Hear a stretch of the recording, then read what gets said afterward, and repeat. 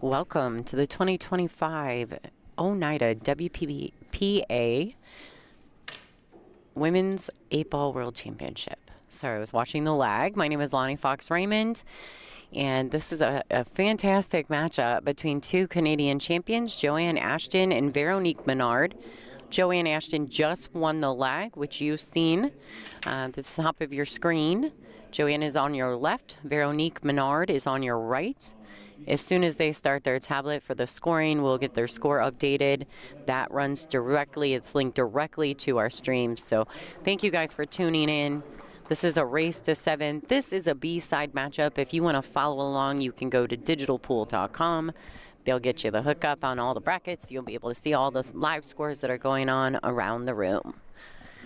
All right, so Dave Pearson, the referee you see right there, he wanted me to give a shout out to all his people in Amarillo. So shout out from Dave Pearson. Thanks for tuning in.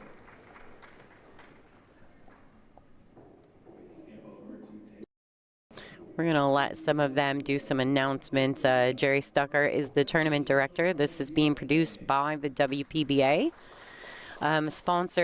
Presented by Pechauer Custom Cues. And of course, we're using Olhausen tables. These are the new Tournament Pro Series tables, debuted right here at the Women's World Championship, and then as well as WPA sanctioned. So one of these ladies at the end of these 4 days is going to be crowned a world champion, and we're going to be here to watch that. All right, Joanne Ashton did win the lag, so she will be breaking.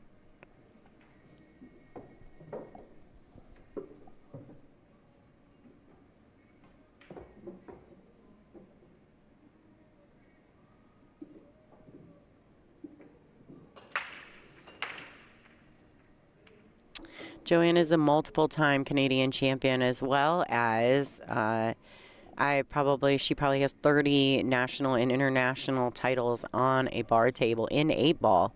So she is a very versed 8-ball player. I'm not familiar. I do not know how comfortable Veronique is with 8-ball, but we're going to find out. These two ladies have probably played each other 50 times in their career.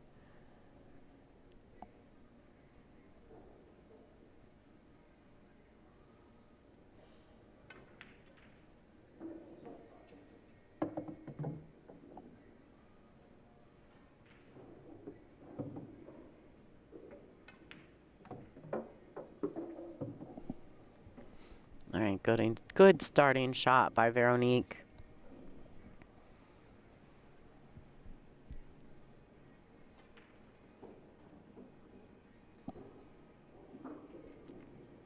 I want to remind everyone, too, if you're watching on Amazon Prime or on Billiard TV, and you want to join our chat room, you can go over to WPBA Billiards on YouTube. This is free and live, and become part of our chat family.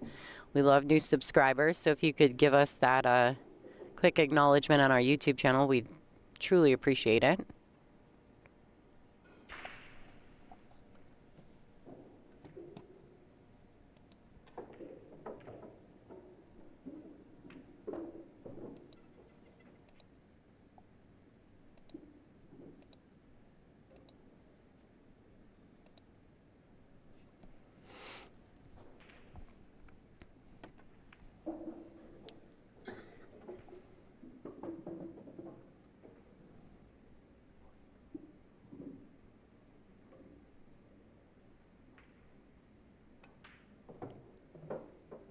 All right, so it looks like Veronique went with a bit of a safety, which I think is fantastic. She has left her absolutely no sight on the 13 ball up table. She can see the 9, but it doesn't go past the pink 4. She can see the 12 as well, but it just doesn't really show her nothing. There's no real offensive shot. Looks like she'll probably thin it and try to put the cue ball back under the 8. Does she get her there? She does not get her. She does get her in a pretty tough spot. I can't tell from this view if she can see the 1. She can see the 2. She's blocked up from everything on the left side of the table.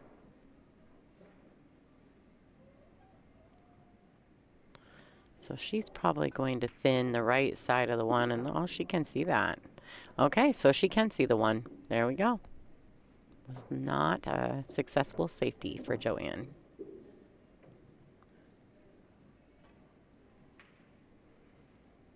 All right. All right, so a miss by Veronique brings Joanne back to the table.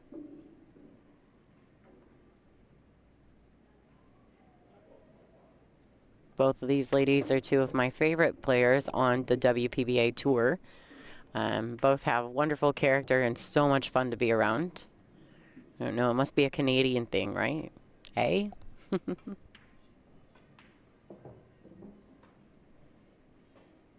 All right, so a miss as well from Joanne. A lot of body movement on that shot.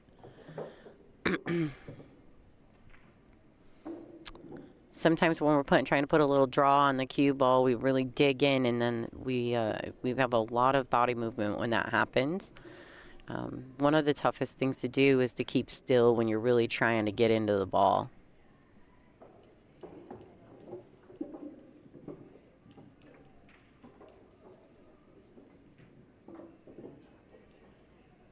Okay, so Veronique can still see the 2. The 5 is a bit more difficult. She may be able to cut it in, but I don't know that it leads her to anything. And she could, yeah, she could very steeply cut this 1 ball. It's one thing I like about 8 ball, and I think a lot of folks would agree. Like in 9 ball, we have a map, right? It tells us what to do. It tells us what to shoot. And once you play it long enough, just the position of the ball on the table tells you how you need to play position to your next ball, right? But in 8 ball, it's like having free will. It's like having your, you know, your right to speak kind of thing. You have to make decisions and commit to those decisions. And with no one telling you what to do, it can be very difficult to decide. So I think that 8 ball shows a lot of character in the player. So each player will have a different way of moving about the table, especially a lot of these ladies. Now, these 2, I know in Canada, they both played 8 ball numerous times. They have a Canadian 8 ball championship every year. So I know that both of them play very high-level competitive 8 ball. All right, so Veronique tried to play that ball with a lot of spin to catch the window and come 2 rails out towards the blue 2 on the right side of the table. Didn't work. Joanne comes to the table with a pretty open opportunity.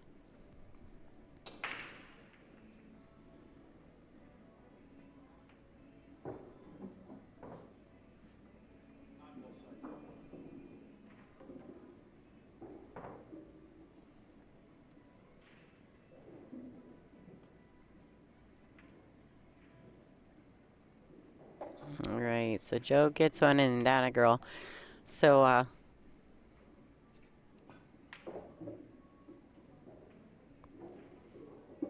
here she has a couple different opportunities she could go about.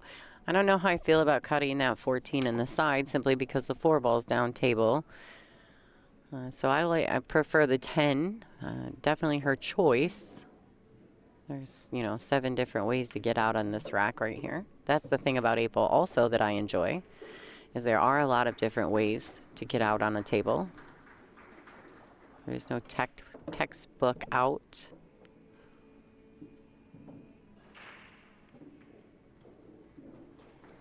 Now she rolls the 12 into the side. She does want to either make it past the 14 for the 15, or she needs to draw or stay ahead of it, which I don't know if she can.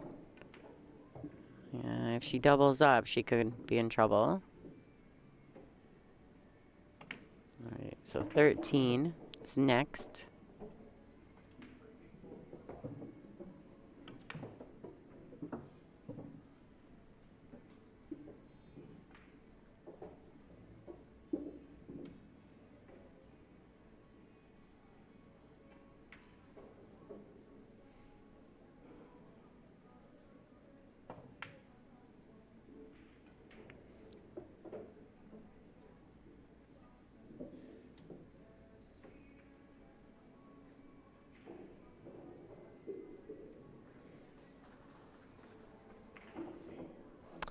Yeah, she has to go up table with the 14. I'm pretty sure she's doubled up on the 14. 15, I don't know that the 14 goes past the 15 in the side pocket. It may.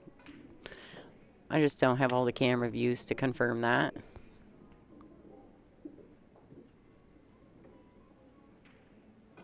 All right. Strange miss by Joanne, but she really hasn't left Veronique a whole lot to work with.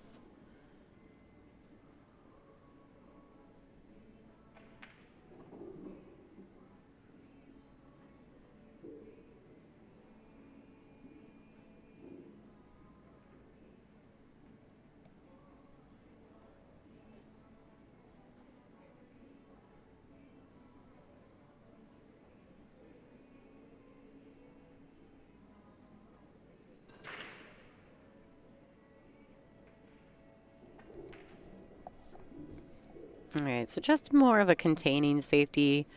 I mean, she's obviously given Joanne shots or not, you know, looks at the bowls that are down table, but none of them are easy when you're frozen to the end rail, to the top short rail there.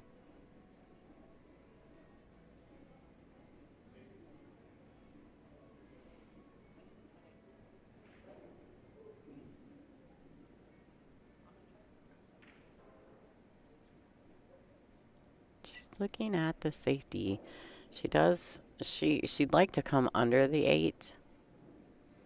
She looks like she may play the bump into it on accident. Oh, she does clear it. All right, so tough enough shot. She's left Veronique a difficult shot on the 2. The ball is officially blocked by the stripe as well.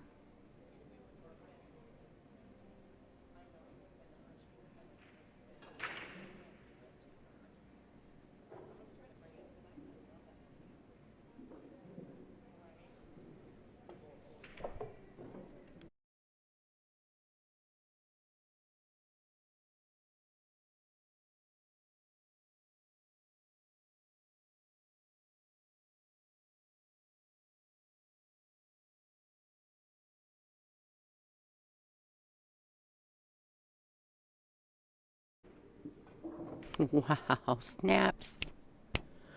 How'd she hit that, folks? Unfortunately, I'm wondering if she's straight on the pink 4, because that makes it much more difficult. I don't know if she can play this with some high right-hand spin, catch that right long rail, and spin her way through the window of the 11-15.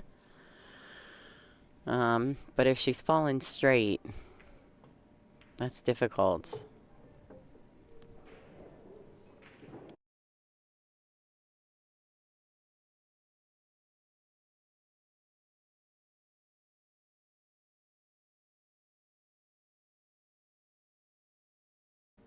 Wow, another really nicely struck ball.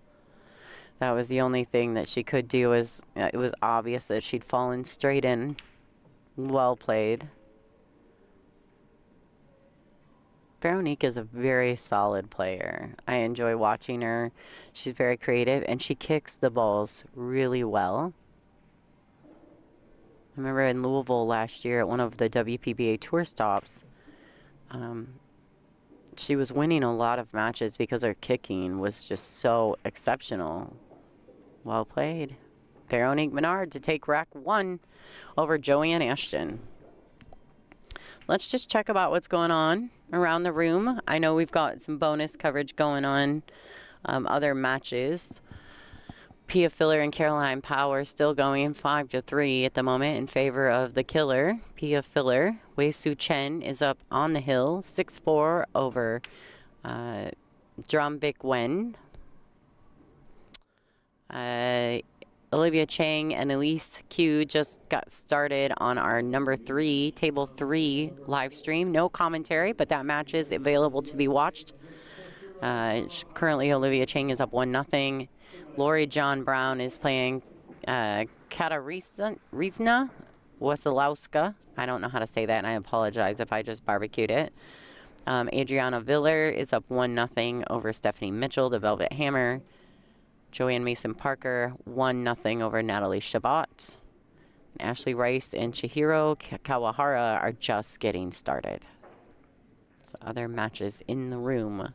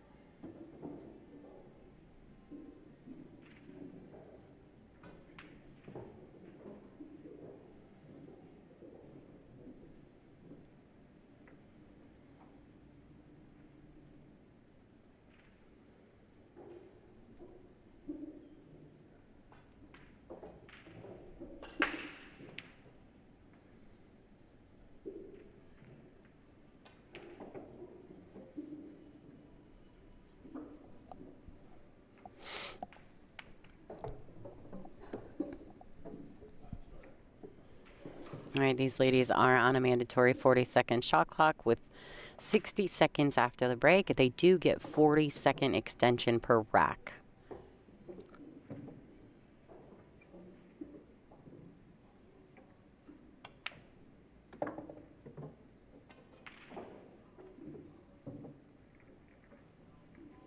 I actually am grateful for the shot clock in many ways. In many, many ways, I am happy about the shot clock. All right, so I believe that the Christina Zliteva match completed on our table number 4. I'm going to look at that because we didn't get to see what the final scoring was. And it was Christina Zliteva versus Kennedy Myman.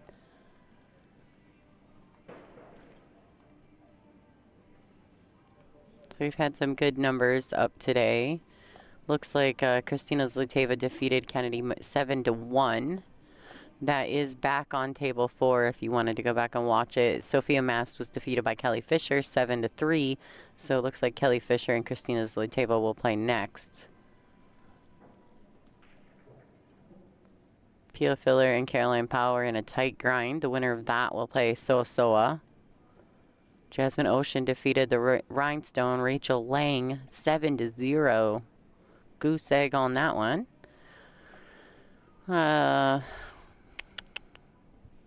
Centeno defeated April Larson 7-3.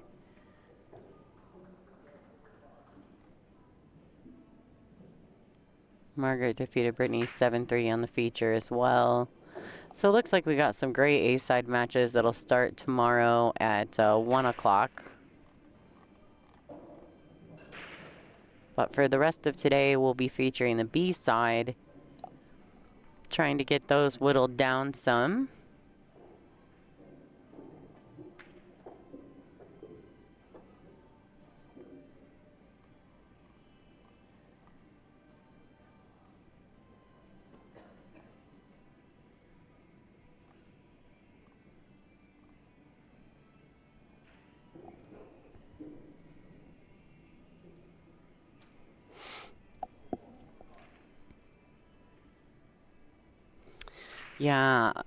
Yeah, I like the shot clock. I'm not gonna lie. I like it when I'm playing, and I like it when I'm doing commentary. A lot of that is simply because I think at times, especially when you put people on the TV tables, they will overthink. They will overthink and double check and triple check and quadruple check. And so I actually love when they put the shot clock on the feature tables. It's my favorite, and I think it's necessary. All right, so here we go. Veronique at the table. Long shot on the 7. Should be okay, though. She kind of clears through everything right there. Doesn't really hit anything or make anything any better.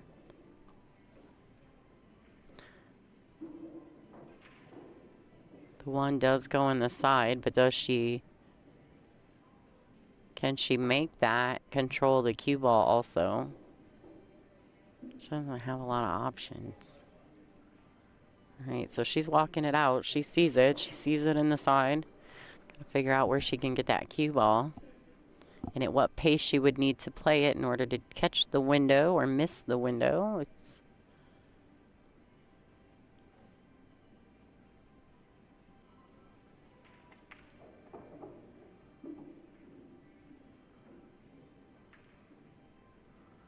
Yeah, that's tough. She must not have realized that the 10 was in the way there. I think she thought she would go past it. I think her intention was to go 2 rails out of that lower left-hand corner. All right, so she's going to the air. Veronique looks like she's got a Predator air rush. For me, this is the Predator air rush. There are a couple different cues, jump cues that I think are just quality, and this is one of them. Oh, foul shot. All right, Joanne Ashton comes to the table with ball in hand. Be nice to see her get out right here and get herself on the board, maybe give herself a little confidence.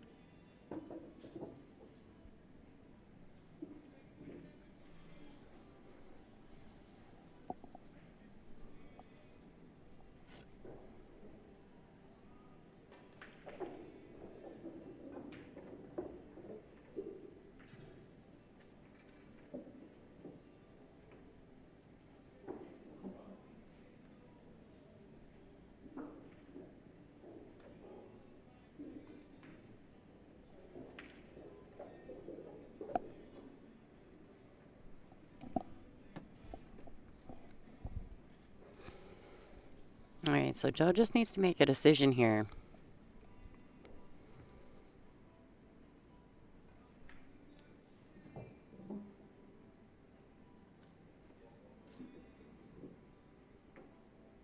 So there are a ton of spectators filing into the room.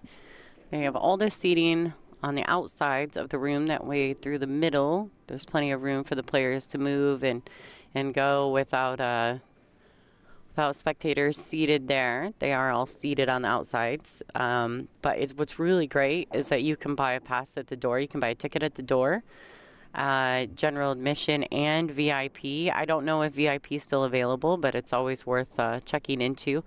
But just so you know, the general admission seats are amazing. They're up high. They're up on tiers. Not bleachers, but tiers, so that you're sitting high above, so you can see quite a bit of the room from one space. So it's great.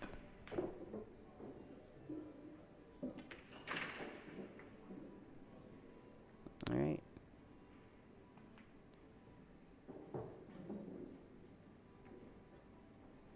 I don't know what just happened. I missed it.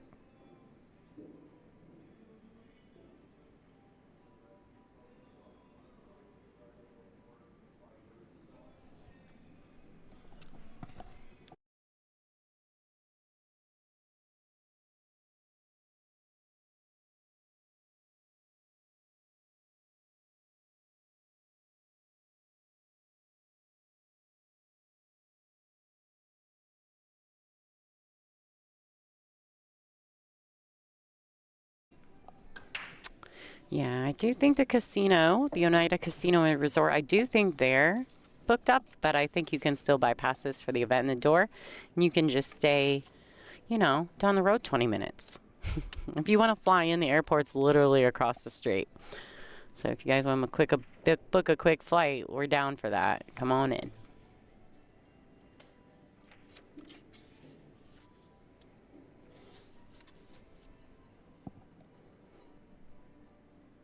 All right, Joanne to break.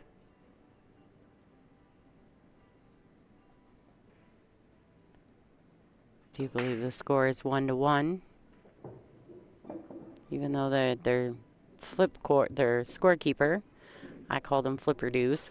The scorekeeper has not been turned, but the tablet has been updated.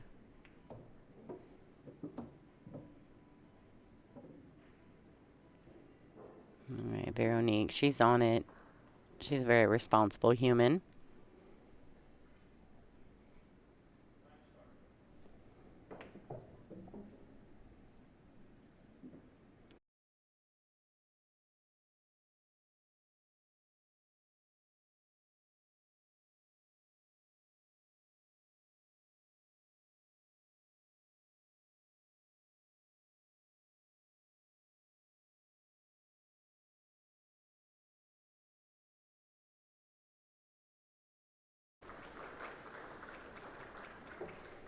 All right, so I think there's a chance. Let's look at the live scores around the room. All right, so Vic and Way are hill right now on table 5. We don't have that one. We're only recording that one, so you guys, if you those are a couple of your favorites, somewhere down the road, we'll have that on our YouTube channel. It's being recorded, just not live.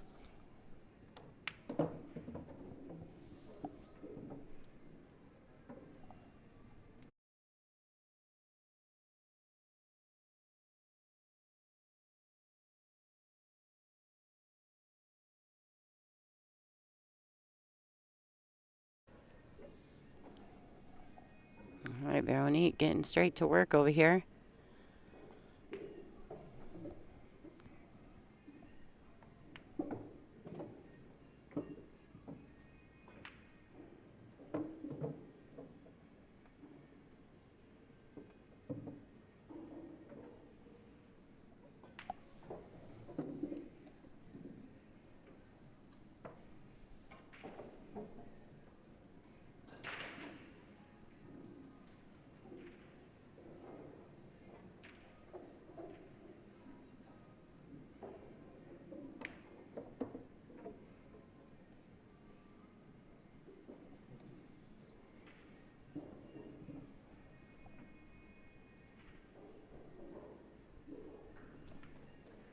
All right, so Vero's just going to draw this ball back. Well, there's something she must not like about it. I'm wondering if she has a little bit of angle going towards this lower left-hand corner pocket. If that's the case, then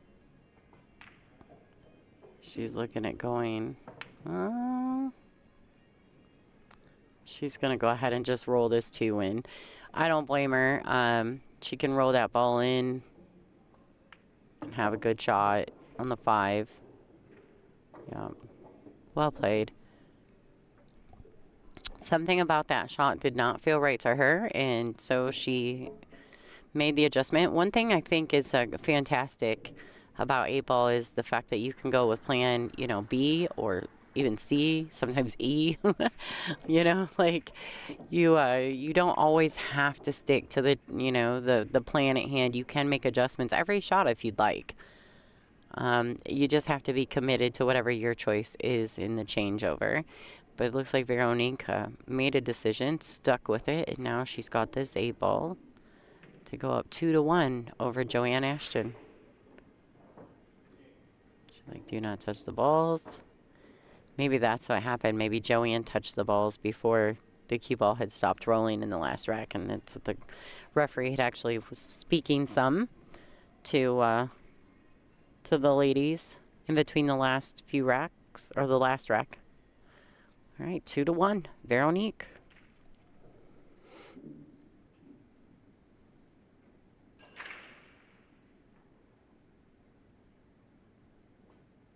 Kawahara is up 1-0 over Ashley Rice at the moment. They are on table 4, which is a bonus stream. No commentary, but definitely happening. Japanese champion, playing great. She did lose for first round, but it looks like she started off her second match quite well. Chang and Q are up 1-1. And the feature table's 3-0 at the moment. 2-1 right here on table 2. Our second feature table here at the Women's 8-Ball World Championships at ONEIDA Casino and Hotel. Presented by Pechauer Custom Cues. We're using Olhausen tables. Taom, I think they're called Mega Racks. Pretty cool. They're a template rack. I have never used them before, so this was my first experience. Seemed to work fine. This is a World Pool Association ranking event. This is a world championship. Someone will be crowned a world champion at the end of these 4 days.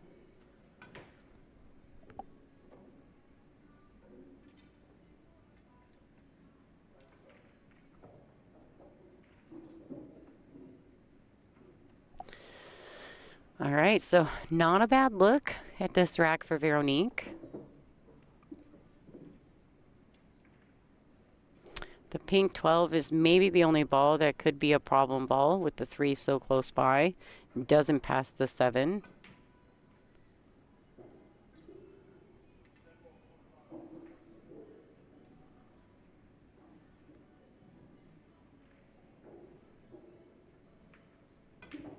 Ooh.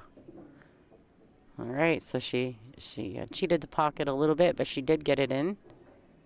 Good starting shot. She advances 7-6, and you are not done with the wave yet. Wei will be on the one-loss side. All right, so Wenbic Trum defeated Wei Su Chen in that Hill Thriller. So she'll be advancing into round 3 on the A side, and Wei will be taking the scenic route, waving her way through that.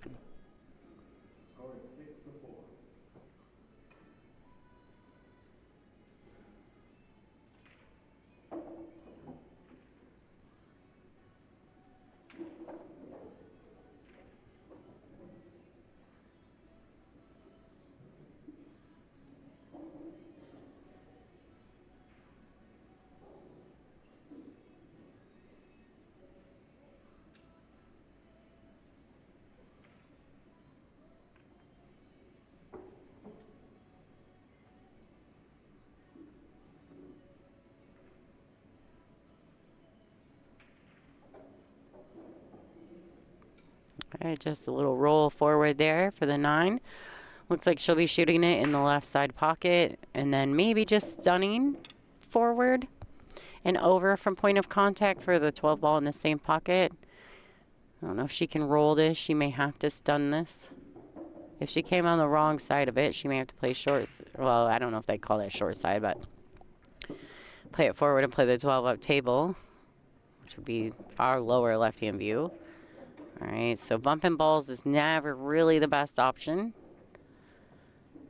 Although it may be steep, I think she does have a cut on the end of the side pocket with that 12. It is not going to be simple. And she'll be cutting it thin enough. There will be some pace on the cue ball. She should be able to just roll this in.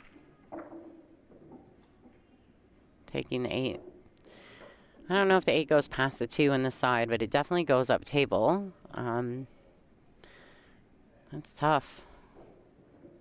If she wanted to play this with some pace, she could maybe get some 1, 2, 3, possibly 4 rails out of the pocket for the 8 to lower left. I'm just not always a fan of rolling these. And she got the bump on the ball. Difficult.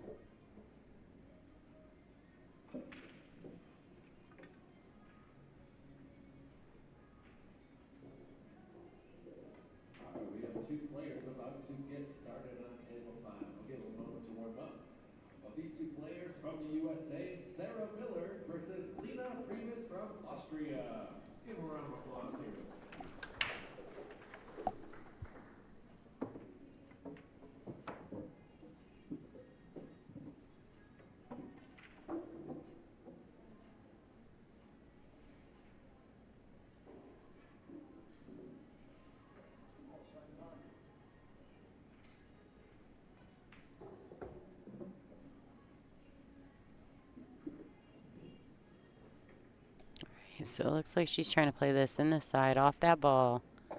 Ooh, last minute. She got her in there. Good starting shot by Joanne. Very well played.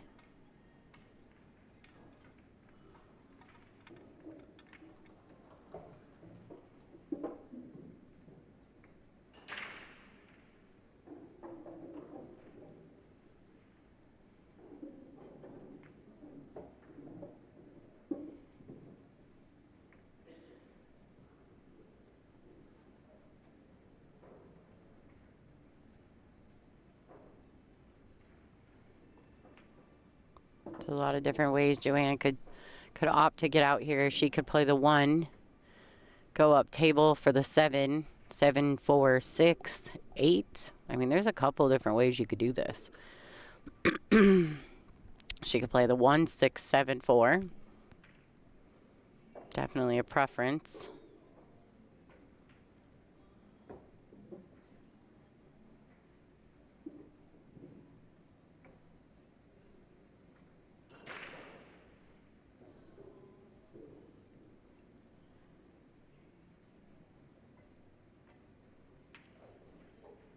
Okay, watch out. The 12 ball's big. Wow, no way. Dead froze up underneath it. That's brutal. All right, so unfortunately, not being super particular and being, you almost need to be meticulous with your cue ball, with 8 ball. And when you get down to those last 2 or 3 balls, you can't just try to get in the vicinity of, because it's so imperative that you have the right side of each ball going to the 8.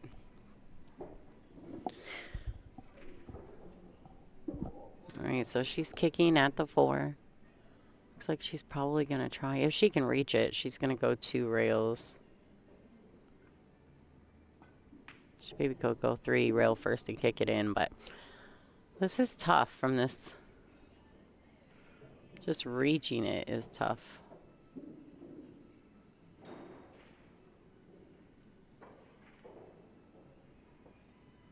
Ooh, and she gets it. Is she going to get away with it? Oh, it leaks. All right, so it bumps the 6 out of the way, leaves Veronique long, but a makeable 12 ball.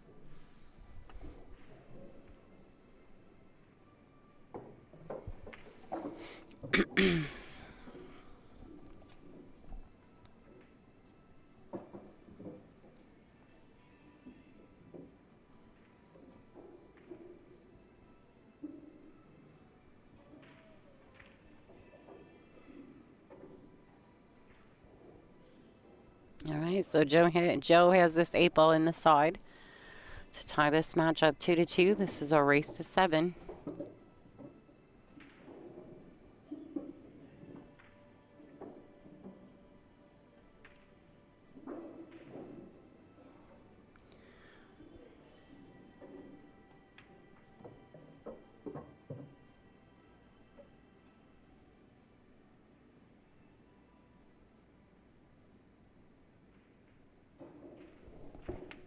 Okay, let's see what some of the scores are while the referee is racking. Pia Filler and Caroline Power are 6-4 in their match. Pia sitting on the hill, but as I look out my booth window, Caroline is at the table.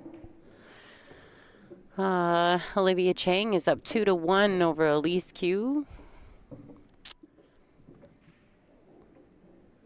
Katarzyna, I'm not even sure that I'm saying her name right. Wazalowska is up 4-0 over Lori John Brown. Adriana Villar is up 4-0 over Stephanie Mitchell. Sarah Miller and Lena Primus are just getting started. Joanne Mason Parker is up 3-0 over Natalie Shabbat. And Chihiro Kawahara is up 3-0 over Ashley Rice. So some of the other matches going on in the room, folks.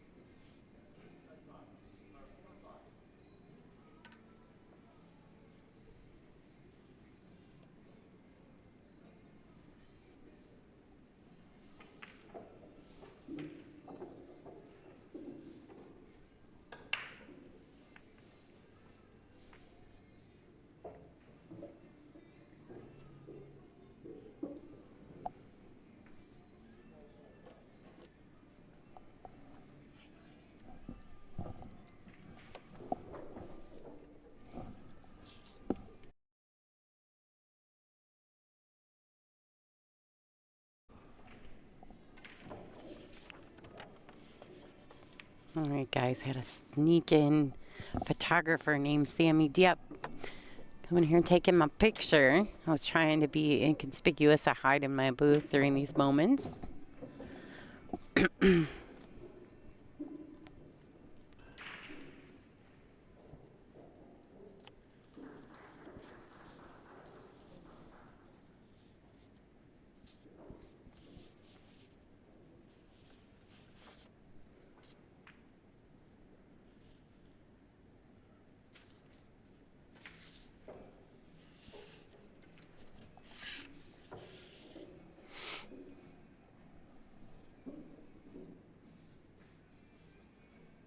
Yeah, Veronique's making decent work of this rack here. The 6-ball seems to be the major shot here.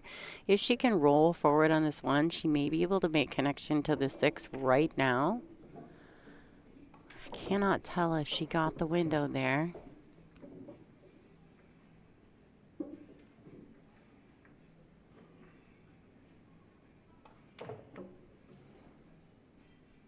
All right, so she's going to have to play this with a high ball. Now, I will tell you, if she chooses to put a lot of spin, introduce spin to this, she come on the inside of the 11, but she doesn't quite get under the 11, and that's okay. It looks like she's fairly straight on the 5 up table. The only thing here is positional from the 5 to the 8. if she's going to stun it forward and take the cut on the 8 to the lower right, or if she's going to draw it back and take it to the left. Oh, she had, okay, so she was going the other way. My apologies. Boy, sometimes the angle is deceiving on screen for me. Maybe my depth perception is bad. I need my glasses on. And there you have it, ladies and gentlemen. Veronique, 3-2 over Joanne Ashton in this Canadian clash on the B side of the ONEIDA Women's APO World Championship. So you guys check this out. There's some other sponsors that we've got involved here to make this World Championship happen, not just our headlining sponsors, but there's a company called Atlas Supplies. So I don't know if you guys know about this company, but they started in the billiards world in the 80s, and they're still going strong. But today, they serve thousands of makers and creators across dozens of industries and in the world. They help creators bring their visions to life, whether you're building a custom cue, crafting knives, turning pens, or designing one-of-a-kind jewelry. They've got all the materials and the parts to make it happen. If you're interested, please go Google them. It's called Atlas Supplies. They've been in business for 30 plus years, and if you use the ONEIDA 5 at checkout, you'll get an extra 5% off until the end of July. So if you're a creator, if you're building a custom cue, or you make knives, or you're turning pens, or you're doing jewelries, or just anything, they deal with premium Q-tips and exotic woods to plastics. So go check them out, Atlas Supplies. You get 5% off at checkout if you use ONEIDA 5. Pretty cool stuff. I also was pretty intrigued by that, so I did some Googling, and they're a pretty neat company. You guys got to check it out. I didn't write down the website, and I apologize for that. But, okay, it's atlassupplies.com. There you go, folks. If you think there's something they can help you out, please show support. It'll show support to the World Championships, to the WPBA and X-Pool for producing this event, and as well just to their sponsors for supporting what we're doing here in women's billiards. All right, dry break from Veronique. The score is currently 3-2 in this race to 7. Back and forth action between these two ladies, huh? It's good stuff.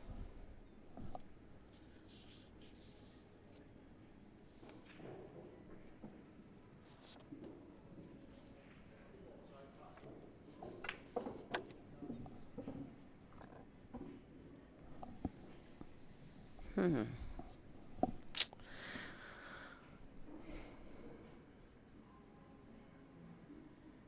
right, so she's looking at a potential combination.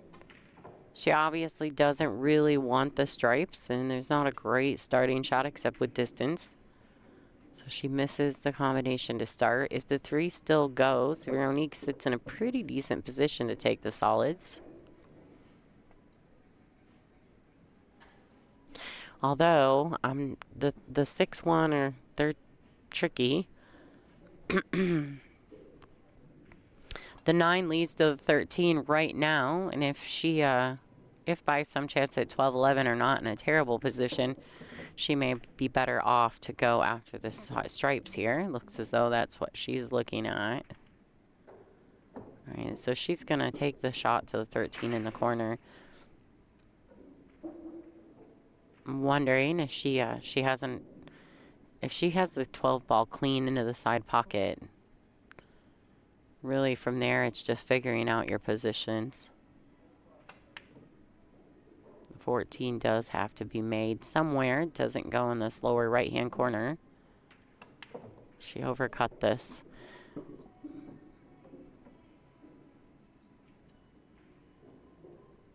And it's doubled up with the 10, so now if she does get back to the table, she's got a few things to work out. Combinations, they do go and they can be made, but they're usually not anyone's favorite. You don't really enjoy playing combinations.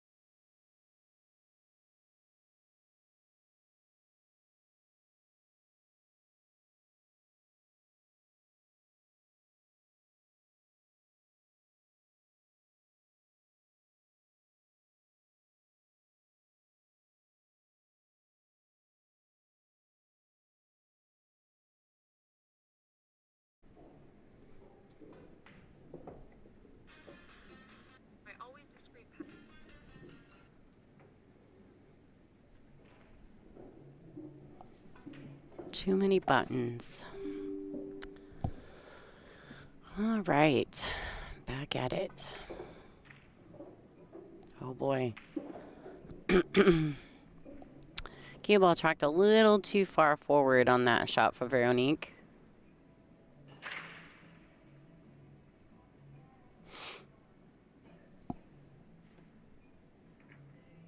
Let's see. What do you do here? What do you do? Do you, she playing the combination into the corner? Is that something that's happening right now?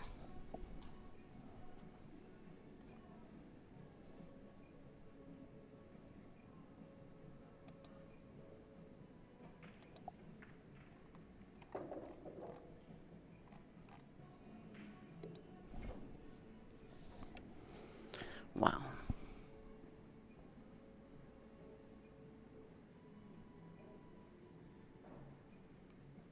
That 13 ball goes in the side pocket. That was a fantastic out.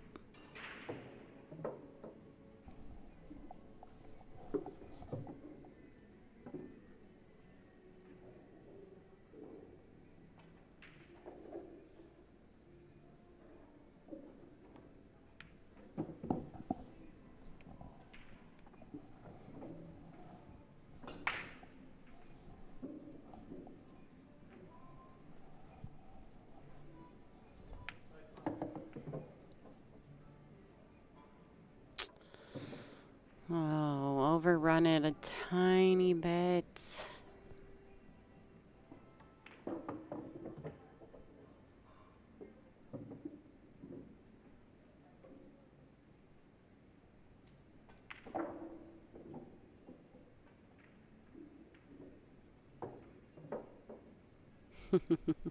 Veronique and her little jump. She does that sometimes. She's kind of fun to watch because she's very animated when she plays.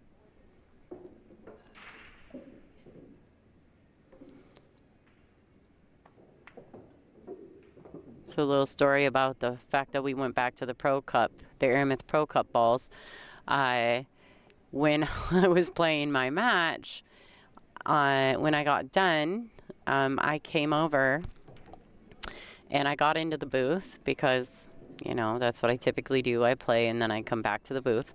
And I looked out and I said, oh, we switched to the Pro Cup balls? And and I was like, you know, I didn't even notice it. And they were like, yeah, you didn't. You were still playing with the Black Series. And I was like, oh, I was going to be really mad at myself if I didn't realize that we had switched the ball sets until I come back to the booth because I just played a whole match. But they said I had played with the black, and then after, of course, in hindsight, I thought about it, and I was like, oh, I did. I did know. We did play with the Black Series in my match. They don't bother me as a player, but they do bother me to watch, especially an 8-ball on the stream. It's very difficult to tell the difference sometimes between the 8-ball and one of the stripe balls, especially the 12. Or no, the 10, because of the blue. The blue and the black kind of, they blend together easily on the stream.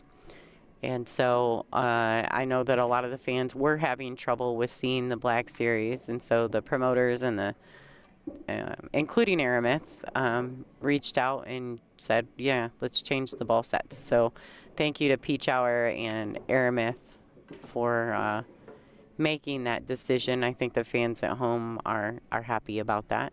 Like I said, the black set doesn't bother me typically, especially playing 9-ball or even 10-ball, but sometimes in 10-ball, the 10 and the 8 will I'll be a little confused while doing commentary. All right, so I don't know what I thought about this. I see what Joe's purpose was here, trying to get rid of the 1 because there is some separation. But I almost wish she would have played that ball, the last shot, with a little bit of draw and slid over a tiny bit and just took the 4 then, because she had a 2-rail shot to get back on the 1. Finding the window here means that you have to decelerate in your stroke to hold the cue ball, which is exactly what just happened.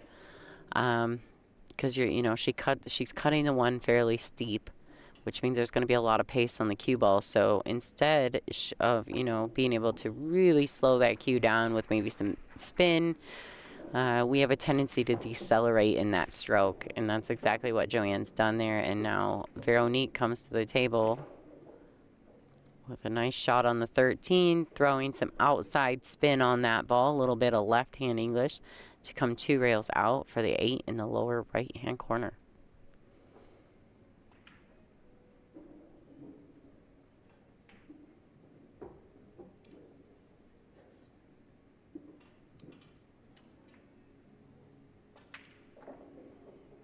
Well done. Score is 4-2 now in favor of Veronique Menard.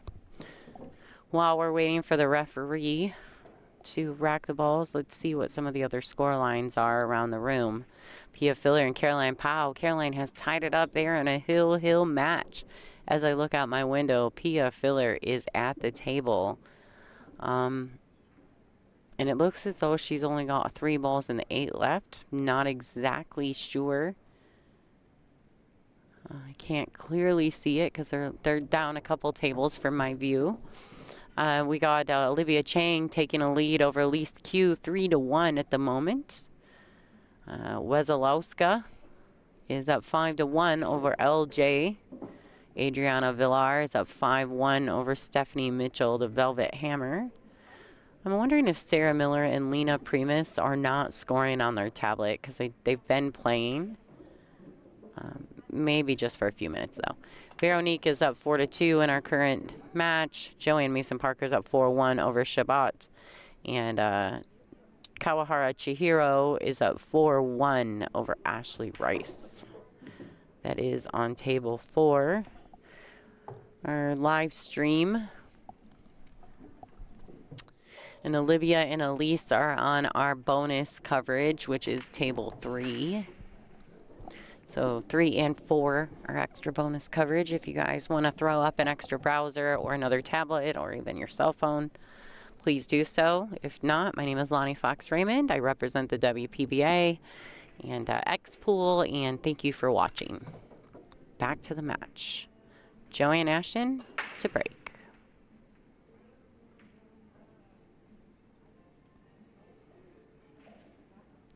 All right, tough one here. Veronique has a really nice rack opportunity. I'd say the key to this rack may very well be getting from the 13 first thing to the 14, which is in the left hand of your view.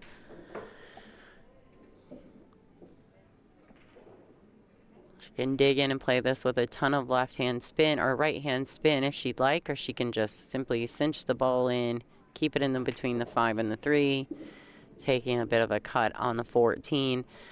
She could also play the 9 and draw it back and try to get in the window of the 14. The thing is that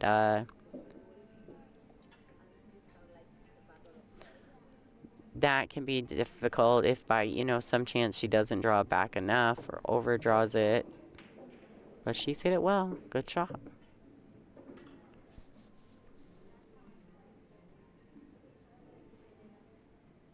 All right, so she's going to get her extension here.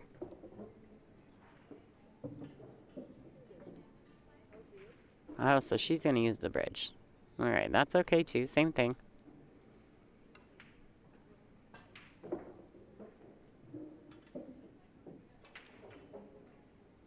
One rail back out towards the center.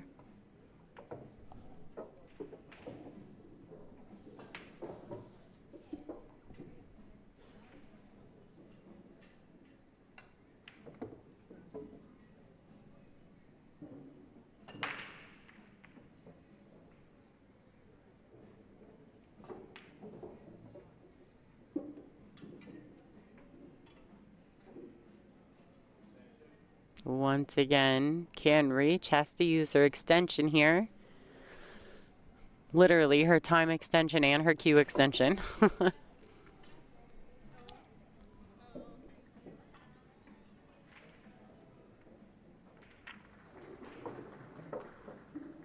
This is interesting. I don't necessarily disagree with shooting this ball first, but I think she may be suited to play the 15 next. If she plays the 11, she's going to have to do it with some draw, and she's going to have to stay above the 10. Just a tad. She doesn't have to be crazy above it, but if she plays the 15, she's got to catch a window. Yeah, if she'd played the 15 in the last shot, she had options. Now she's really got to cinch this ball, draw it back. Yeah, she tried to force angle. If this ball pockets, it counts. Oh, I thought it was going in. She almost snuck her in there.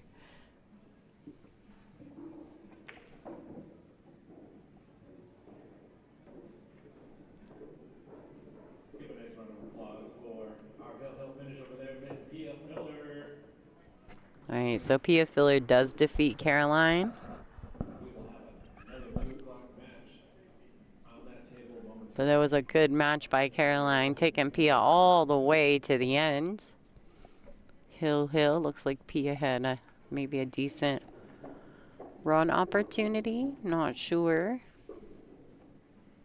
The balls have been swiped, so I don't know if there were any balls left, if Caroline had a chance at it on the hill. But when I looked out, Pia was shooting.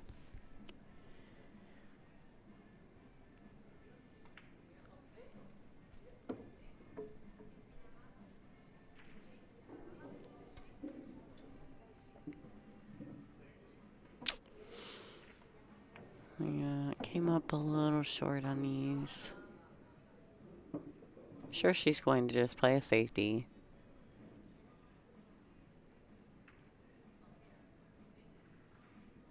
All right, trying to just keep her on the short rail. I actually think Joanne's fine here, although difficult. Well, technically, that last shot with Veronique in the 11, that's not really slop because she called that pocket. So had she, it it would have been sloppy, but she did call that ball that pocket. So one of the fans had mentioned something about slop in the World Championship. It wouldn't have been, though. I mean, it is, right? Because, we know that wasn't the intended way to the pocket, but she did call the ball in the pocket.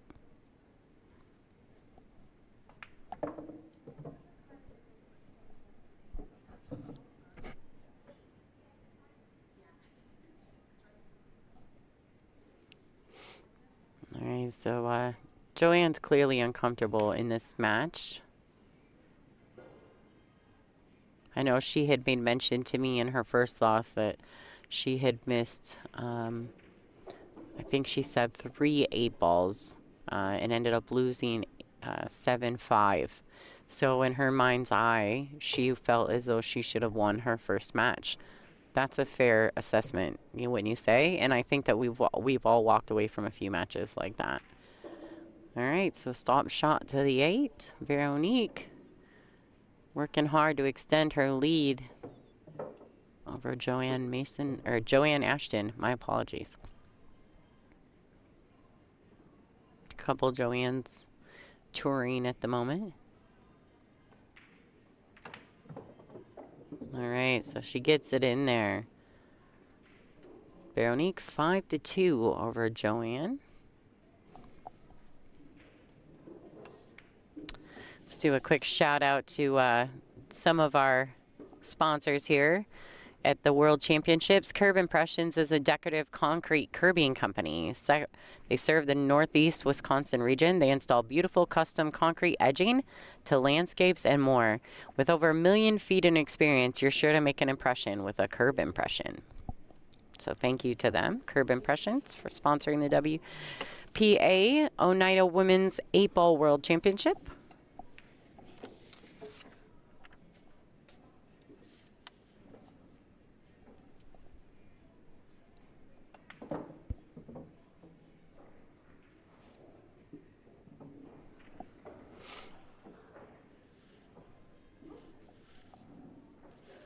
Kind of brutal for these two ladies. Both of these ladies are from Canada, and they have played each other a lot in their careers. Not only are they friends, but obviously at times when they need to compete, especially in a world championship, it can be difficult to regain and control your focus.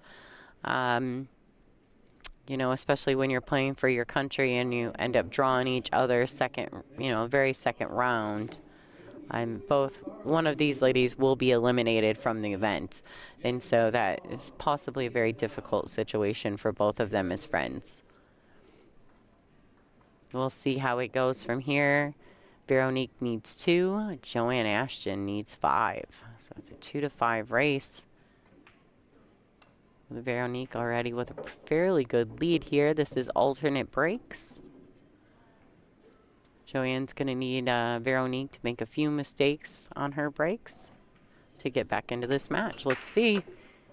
All right, head ball break. She does make the 3. Top right corner pocket.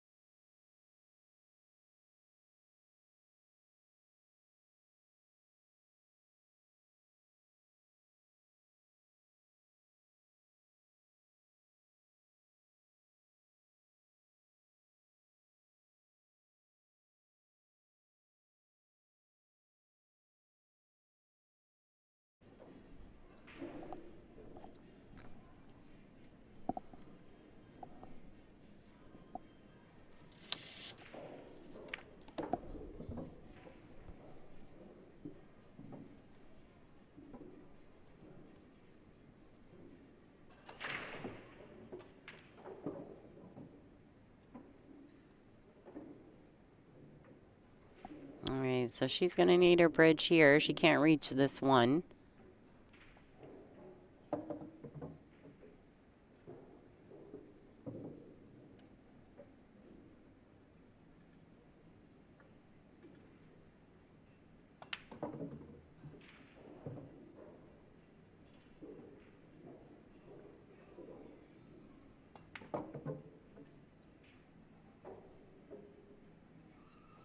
Rolling that in nicely. I'm not sure if she'll have to avoid the 11-10 or even potentially the 8 ball. She may be able to draw away from this shot. I don't know if she can roll this. She may have to play this with draw to avoid the 8 ball. I can't tell. My depth perception is slightly off in this position. It looks like she's going to draw away. All right, so maybe a little too much draw there. She got a little too much on it, but that's all right.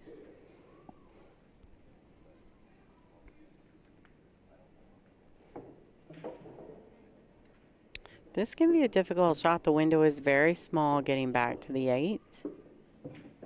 Like she can choose to go short and catch the window underneath the 10-11.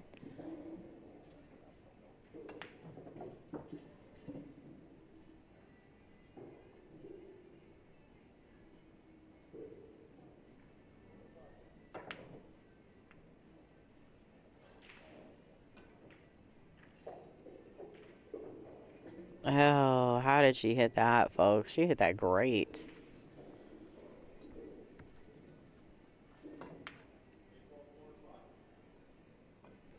I think she should be fine. I don't think the side pocket is an issue here.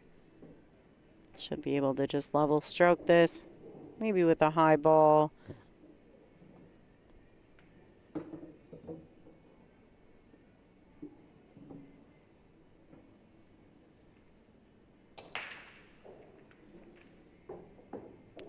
Oh, a little bit quick in that final delivery. Joanne's going to come to the table. Now, here's where this is interesting because Joanne actually could just opt to play some safeties until she gets comfortable. But, in my opinion, she could actually shoot the 12 right now, and she's kind of free to do so. Cue ball is going to track into the 11-10. Unless she can draw it over. I'd be careful drawing it. She's going to shoot the 14 first. I kind of thought about that after I said the 12, which is perfectly fine also because the 8 is completely blocked up. All right, well played. I wonder if the 10, 11 go into the left-hand side pocket. If not, the 11 must go past the 9, 8. She's looking at it.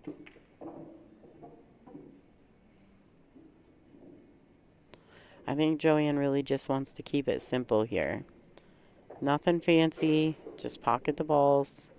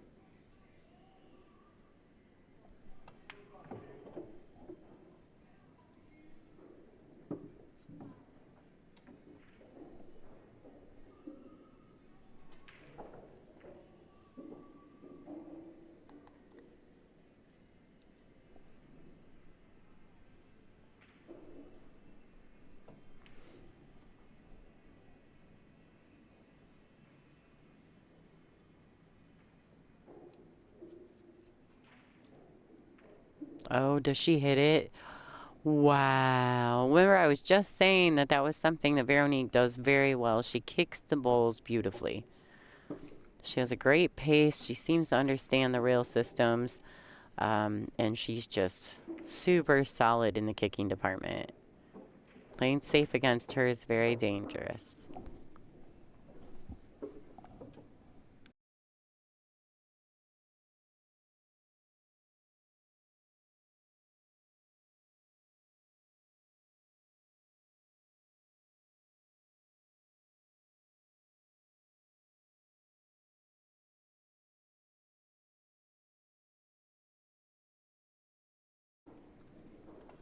All right, so Veronique has, she's asking the referee a question.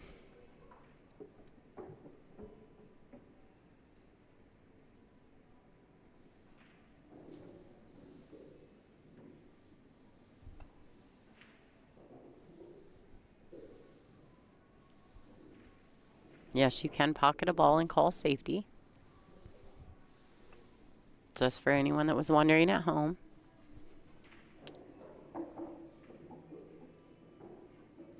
In 8 ball, you cannot in 9 ball. All right, so she would have, I think she would have preferred to pocket that ball. I thought she would cross over the 8 and play the bank shot. But I can see the mindset, right? You're kind of in this safety thing, this safety vibe at the moment. I think that players have a tendency to get stuck in that vibe occasionally. But it was a good swing. I feel like being that she's in the lead, the kick shot really doesn't lead her. It's basically she can't make the 8 past the 13, right? So she's selling out the rack no matter what, in my opinion. So I think I would have preferred to go down swinging versus playing that safety there. Just my opinion. Doesn't mean I'm right. It's just a preference. 8 ball's kind of like that, though. I think everyone has a preference to what they would choose to do. Not everyone would do the same thing, and everyone's patterns are a little bit different. There is no textbook way of getting out in 8 ball. You know, some people like to clear all the balls away from the 8 ball first thing. Some people like to leave all those balls for last, to be close to the 8 at the end. All right. That ball is not going to fall. There's nothing about that ball that says it wants to go in the pocket. All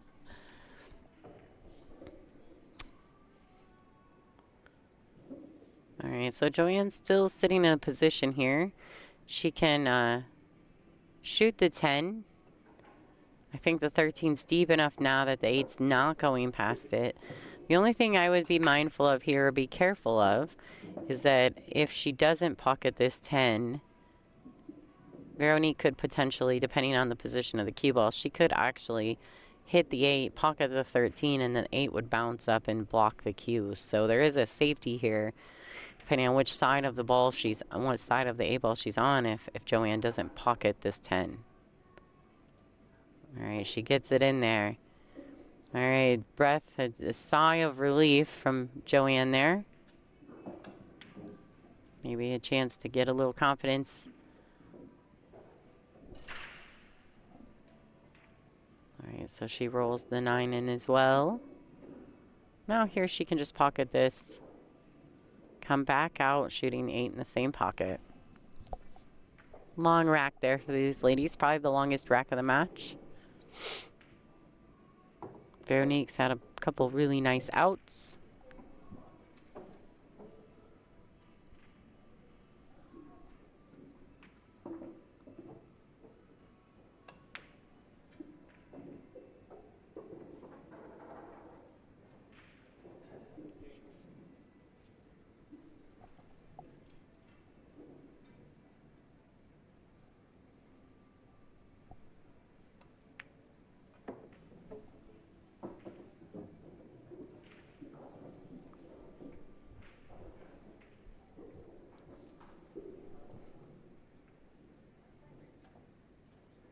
All right, Joanne Ashton taking a rack.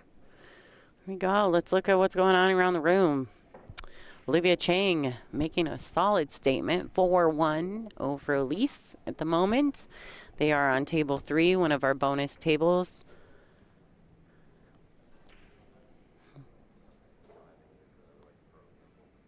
Wazalowska is up 5-2 over LJ, Lori John at the moment. Kibaraglu and Jeong Yen V are up next. They're getting ready, I do believe. It may have already lagged. Okay, so they are in action. Lena Primus is up 2-0 over Sarah Miller. Joanne Mason Parker is up 5-2 over Shabbat. And Kawahara Chihiro is up 6-1 over Ashley Rice on the hill. Ashley's having a tough match in that one. It seems as though they've been playing for almost 2 hours. Almost 2 hours. Sometimes you just can't get things rolling in 8-ball, and it feels like it lasts forever.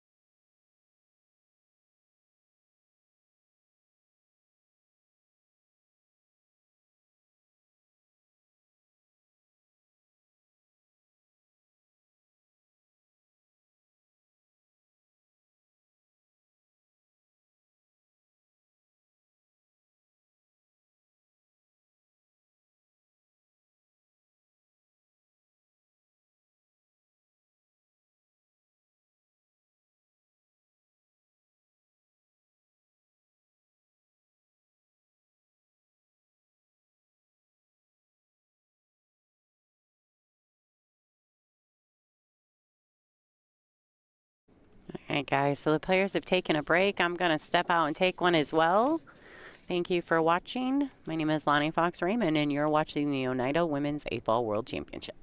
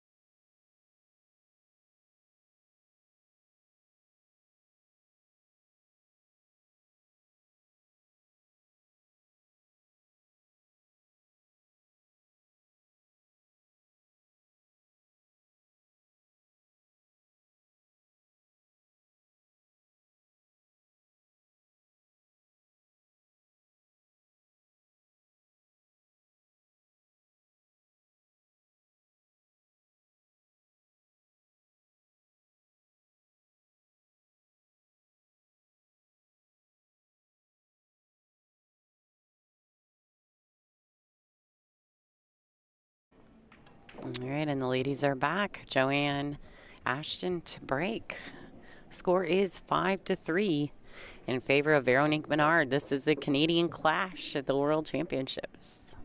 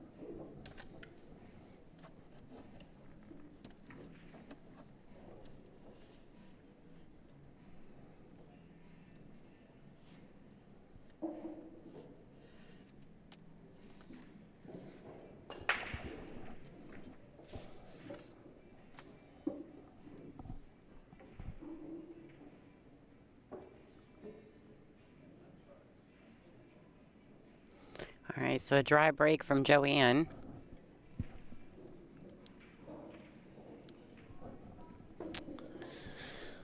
All right, let's see.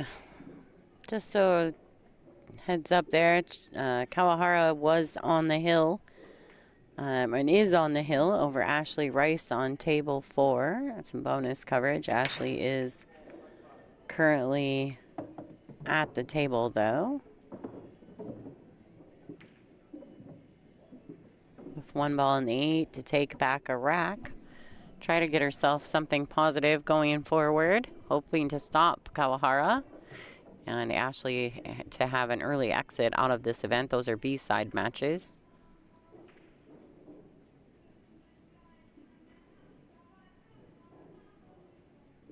Now the 1, I'm not sure if it goes up table. It may.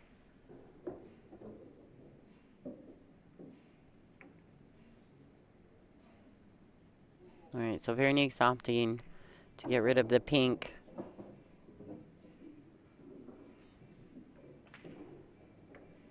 Yeah, with some distance there. I don't know what it led to. Maybe a 2-railer out for the 1 in the same pocket. I can't really tell if how much of the 1 she's got. If she got on the left side of it. She's left really kind of nothing good for Joanne to get rolling. Maybe the 10 ball. Maybe she can cut the 10, leading to the potential shot on the 9. I'm not sure. Just not a lot. She could opt to play the safety here. Shoot the 12 into the pink, into the 4, and take the pocket, right? She's going to have to play this at a slow pace, though. She doesn't want to hit the ball too firm. She doesn't want it to travel out and open up that pocket for the 3. Just not a lot. And as long as that 4 is there, she's going to have not a lot of options. I don't know that the 12 ball snuck down enough to stop the 3, so Veronique probably can pocket the 3 past that 12 ball into the corner.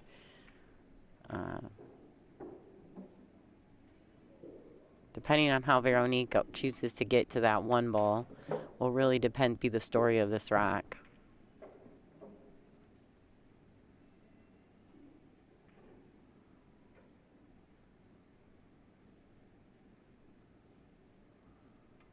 And she keeps looking at the 1 because I think she knows that that is the key ball. She still doesn't seem quite committed to getting on it. And what way to get on it, we'll see. If she gets on the 6 now, she may have a 1-2 combo. All right, so she's going to go at it this way. Shoot the 2, which ultimately could have been her very first shot or second shot quite a bit ago. Doesn't go up table. I don't know if she can get under it on the left side of it and shoot it up to the top right-hand corner. We'll see. She could just try to go into it. The only thing I worry about with that is if you're going into those balls, the 11 ball may very easily tie up with the 6. See what Veronique chooses to do. She misses it. Oh boy. Yeah. Maybe a little bit of indecisiveness, I guess, would be the way to phrase that. Now, the 1 may go into the left side now. If she shoots the 6 in the right side, she may be able to track the cue ball 1 rail back out for the 1 in the left side pocket. Yeah, she can. Okay. So that's an option. She can still, she's cutting the 6, but that's okay because she needs that to get the cue ball.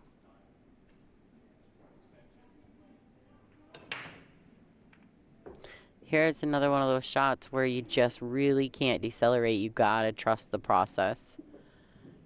You don't have to put a lot on the cue ball. Just cut it in. Let the cue ball do its job. If she tries to decelerate too much, it could cause chaos. She could go back out it to the center of the table, but... Alright, well played. She wants the cue to stop. I think it stopped just in time. It's steep. It's steep, but that's okay. The 8 goes in the left side or the left corner. She just has to be mindful of the cue. There's gonna be a lot of pace cutting this ball in. She looks like she can do it. She's looking at her line for her cue ball. Doesn't really want to bump the 9, but if she does just clip the edge of it, that's not a terrible thing. As long as it doesn't push it towards the 8.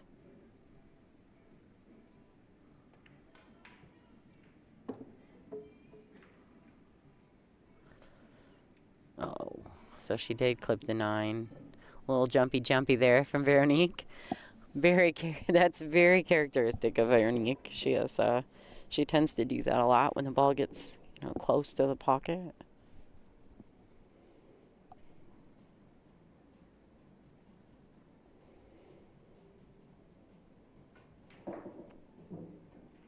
All right, so Joe's going to cut this 12 in, go maybe 2 rails around for the 14 in the side.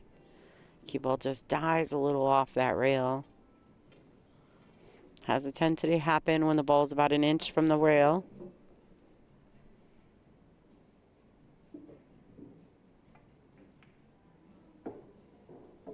All right, so she has a couple different choices here. She can shoot the 10. She could shoot the 14 up table if she'd like. She doesn't necessarily have to play it in the side pocket. It's much steeper in the side, but the cue ball will go in the better direction if she plays it to the side. Away from the 1, I'm meaning. All right, good shot.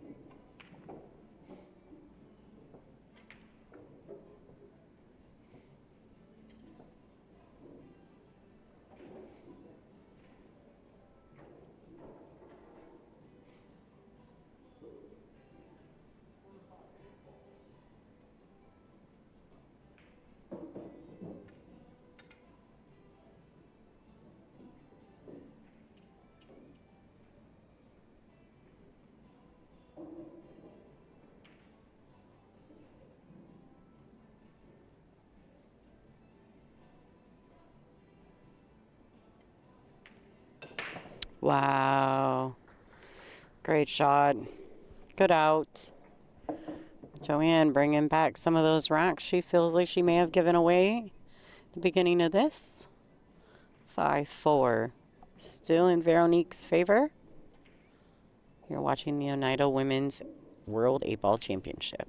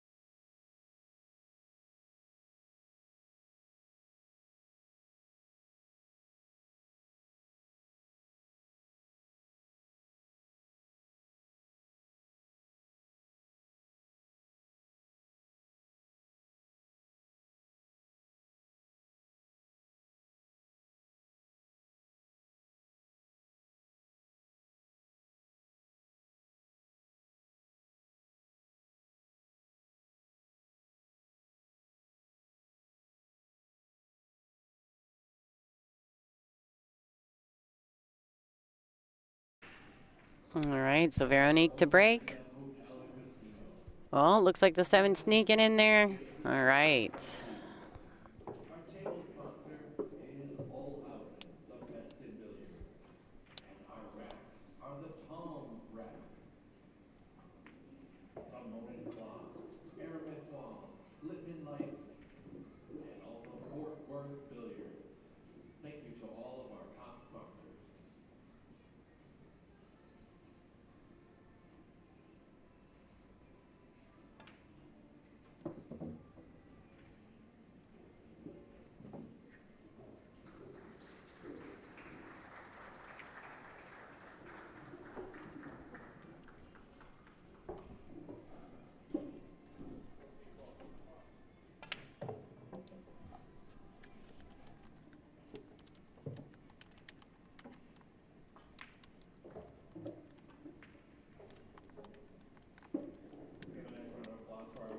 Joanne Parker. She advances to the next round. And keep it going for Joanne.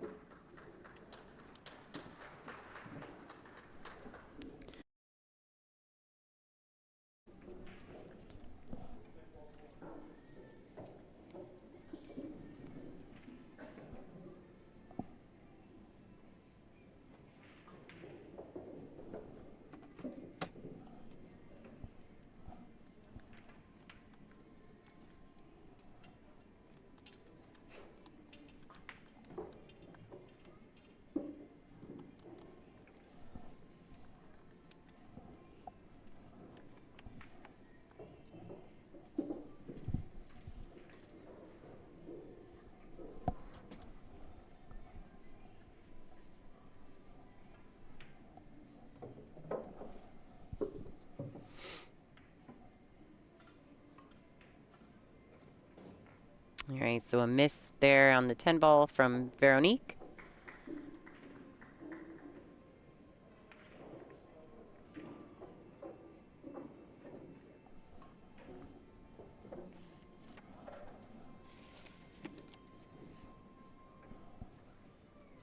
Just to clarify too, everyone, this is all ball fouls. There is a referee at the table, depending on his position around the table. I don't know if he's allowed to make, that would be not my, I don't really know, to be honest. I don't know if he's allowed to make calls or if he's just there for racking purposes and to be used as called by the players.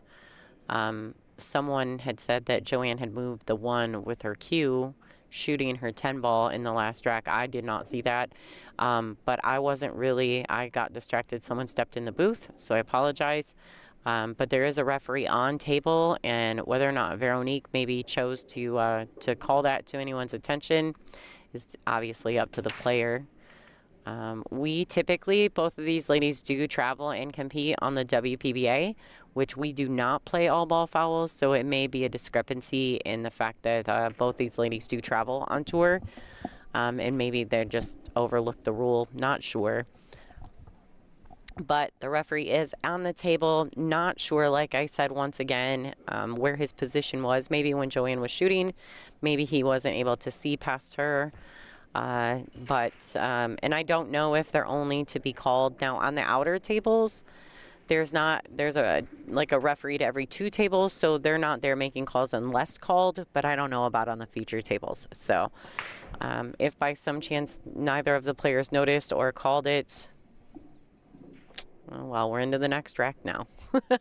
Unfortunately for Veronique, if that's the case, but here we are. So I'm actually going to ask, thank you for the people in our chat room on our YouTube channel for bringing that to my attention, because I'm actually going to ask that question if the referees on the feature tables are making shot calls or if they're just there for timekeeping purposes and racking and there if needed, per se. It's a great question because I'm not really sure on that answer. Typically, if we assign a referee to the table, they're for all calls, but I don't know that this is a WPA world ranking event, and it is a world championship, so I'm not really sure exactly on the call on that. But I'm going to find out now. All right, so Veronique's making work here. I don't know what she intends to do with the 9-13. She has a couple different options. She's made some mistakes here in these last few racks, letting Joanne kind of get back into the match. She's made some really strange choices and selections, maybe getting a little out of line and not being able to find the line back in. Just like right here, I think she needs to be careful. She could play the 11, but is she going to hit the 5 in the push through? She could play the 12 and draw to the right short rail. She has a couple different options here. We'll see what Veronique finds to be the most comfortable option for her. All right, little bump would be good, and she's gotten it. Ladies and gentlemen, that was well executed.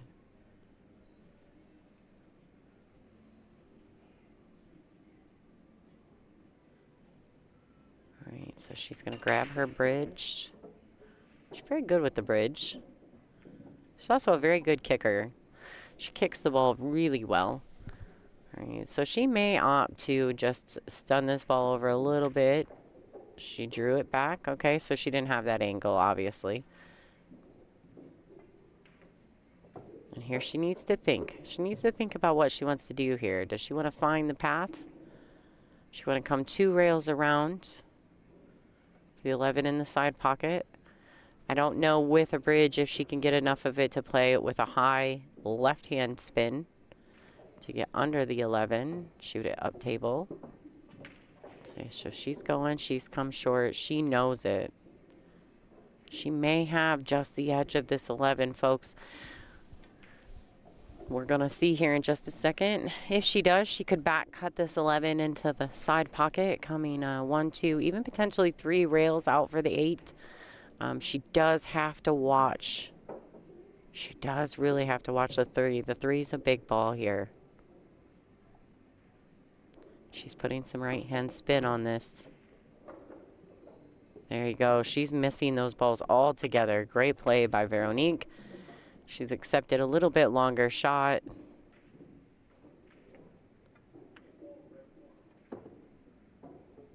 Calling in the lower left.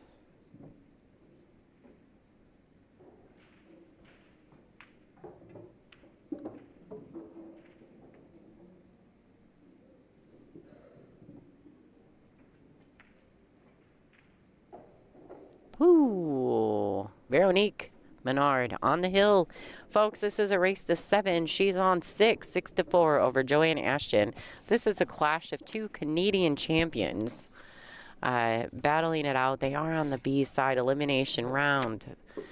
The winner of this match will move forward, and the loser will go home.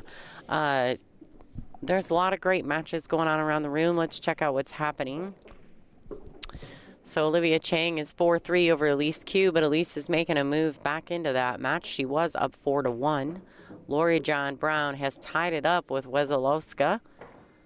Kiba Ragalu's taking a strong lead 2-0 over Yen V.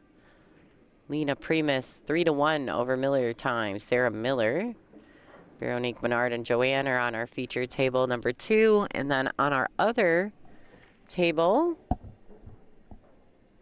looks like Kawahara has just completed. She's defeated Ashley Rice. So Ashley Rice is making an early exit out of the ONEIDA Women's World 8-Ball Championships. All right, so Ashley Rice will be heading out. We've got some great matches coming in our 4 o'clock round. Let's kind of go over some of that while we're waiting for the referee to rack. So at 4 o'clock, we've got, who's playing? So Brianna Miller and Emily Duddy will be playing at 4 o'clock, not on the featured table, but on table 3, one of our featured tables, we'll have Kanyaya playing Sylviana Liu. Naomi Williams and Sakura Miramatsu will be on this table. Kaylee McIntosh will be playing Janet Atwell on our number 1 featured table. Heron Lee and Ghaffari will be playing on table 5. Susan Williams and Sarah Roca on table 6. Angela Janik and Tina Larson also at 4 o'clock. And then our other featured table with no commentary will be Mina Tani versus Claudio Van Raar. So lots of good matches here on the B side. There's not an easy draw, so we're going to see some hair pulling and nail scratching going on for the next few rounds. These ladies fighting for their tournament life.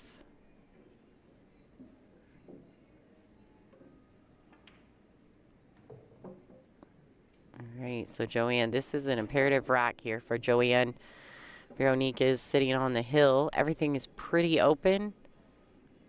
I think the trick will be what she chooses to do to get on that 5 ball. Other than that, she's sitting pretty good.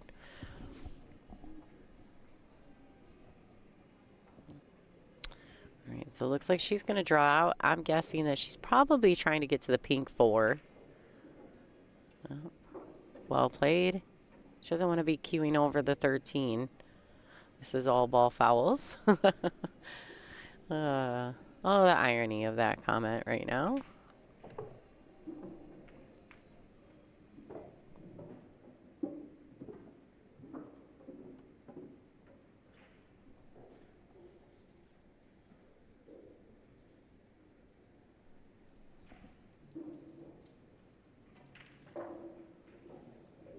Okay.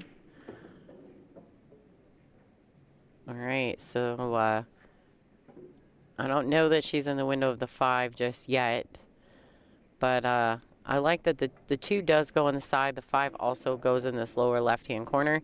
If she plays the 6 ball, all right, play it with a high ball, come 1 rail back up towards the thing. If you don't land on the 2, you can land on the 5 or vice versa. All right, so she does underhit this, but the good thing is on this underhit, honestly, if she can cut the 5, and she may take a steeper cut on the 5, she has a few options from there. She can try to play the window.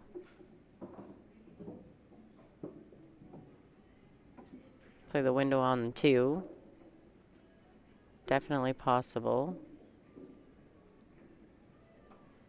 Let's see what Joanne tries to do. 8 ball is so, there's just always a plan B, C, or D.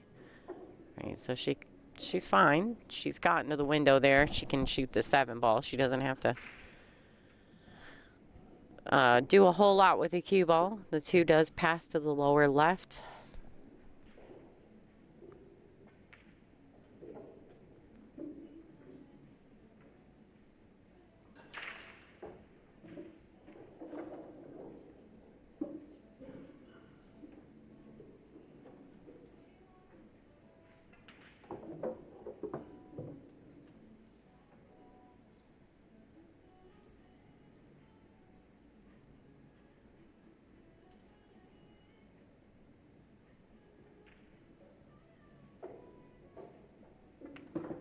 right, so she's called the 8 in the side pocket.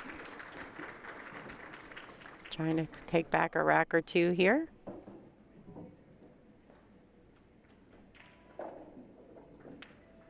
All right, and there you go, folks. Score is 6-5 now. Still in favor of Veronique Menard. Didn't quite, Joanne came in with a vengeance in that rack, so shout out to her. Good timing to have a great rack. Had some questions in our chat room about special commentary guests. You know, at the moment, the girls are all super hard competing. I think as we start seeing more people be eliminated, we'll start seeing some special guests coming in for commentary. We all know that in the early stages, a lot of times the ladies don't like to get in the booth.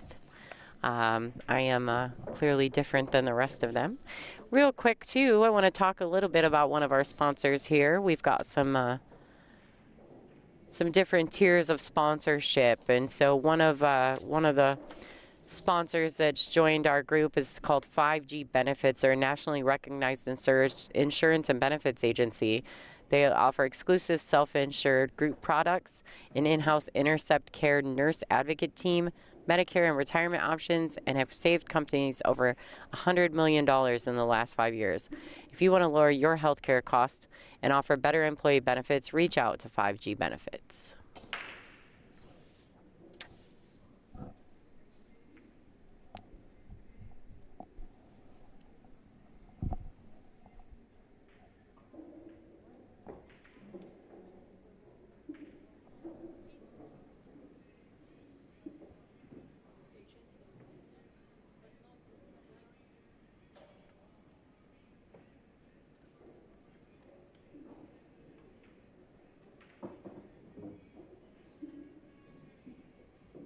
All right, Veronique to break.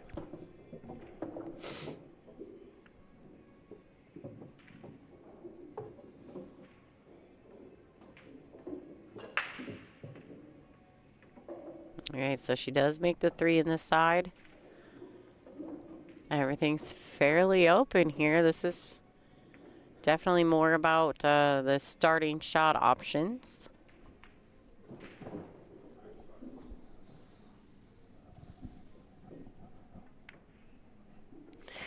Personally, I think if the cue ball was in a little better starting position, I would prefer stripes here, but because she's got a good starting shot on the pink 4, I think we'll see her taking solids.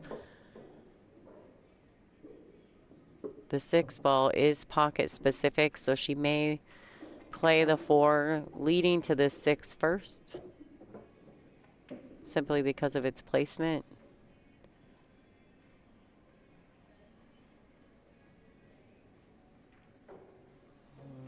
And she's gotten in there.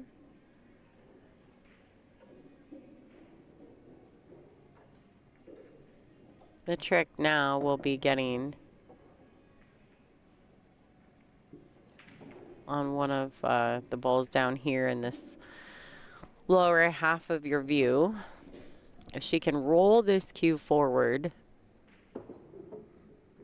to have a shot on the 5, the 5 could lead to the 7. She could also play the 7 now. I couldn't tell. I thought she was a little straighter than that. Well played.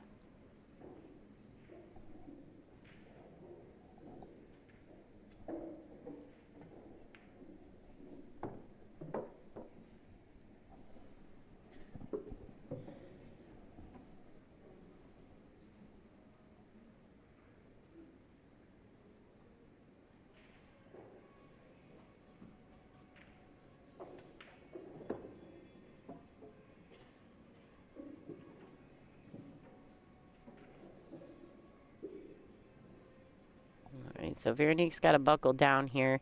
I think she's fallen a little flat on the 1 and maybe not having a lot of cue ball to work with, being closer to the rail.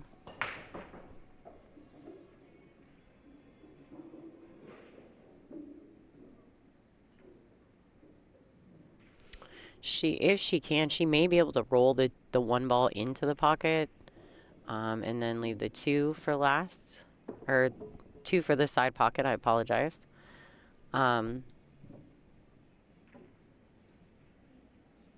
Veronique. Yeah, she jumped a little again there. And actually, had she not thrown that ball to the outside of the pocket, her cue ball would have tracked a little more forward, leaving a much easier shot into the side on the 2. She did get away with it, though, by leaving the 1 in the pocket, leaving Joanne with, you know, some work to do.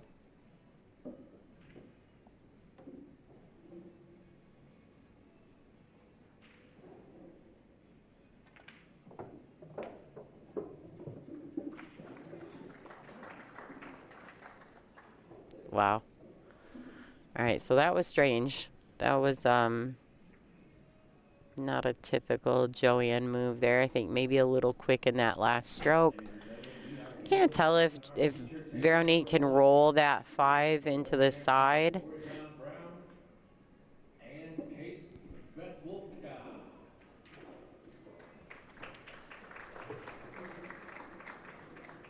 But she definitely can shoot the 2. Yeah.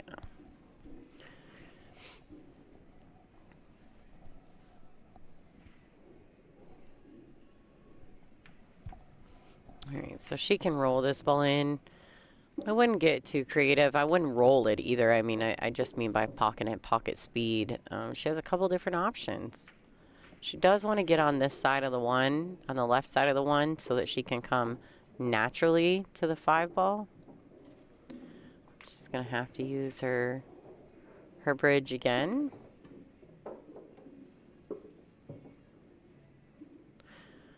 She likes that thing. She uses it often.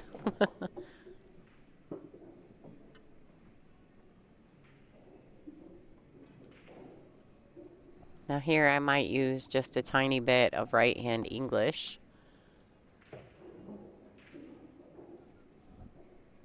Apologize, I think I meant left there. I'm viewing it from my point of view. Yeah, just to give it a little spin without having to do a lot. She didn't have to. She hit the ball thicker, which drags the cue ball further to the right. That's okay as well.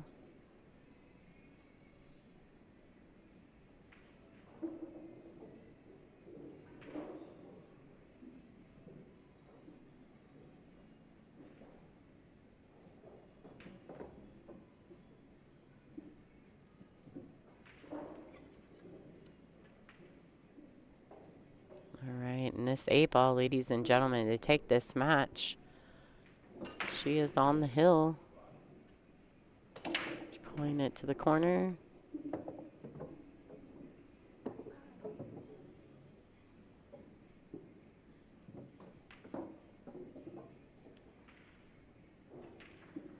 Hey, all right.